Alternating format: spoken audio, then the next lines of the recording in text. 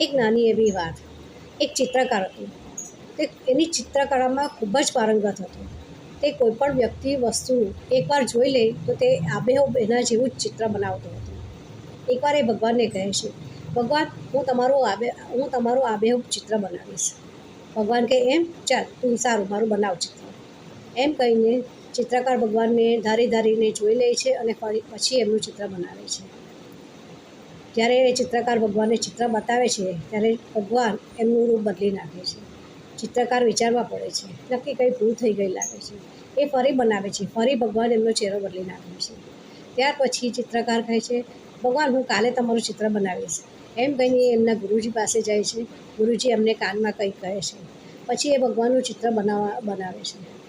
ત્યારે ભગવાન આવે છે ત્યારે ચિત્રકાર એમની સામે એક અરીસો મૂકી દે છે. તેથી ભગવાન કહે છે, નક્કી તને યોગ્ય કોઈ માર્ગદર્શક મળી ગયું લાગે છે. ચિત્રકાર કહે હા, મને મારા ગુરુજીએ મારી મૂંઝવણમાંથી રસ્તો કાઢી આપ્યો છે. મોરલ ઓફ ધ સ્ટોરી, આપણી પાસે જો સાચા માર્ગદર્શક હોય તો ગમે એટલી આપણી સુખ દુઃખ આવે, ઉતાર ચઢાવ આવે, તેમાંથી આપણે રસ્તો કાઢી શકીએ છીએ.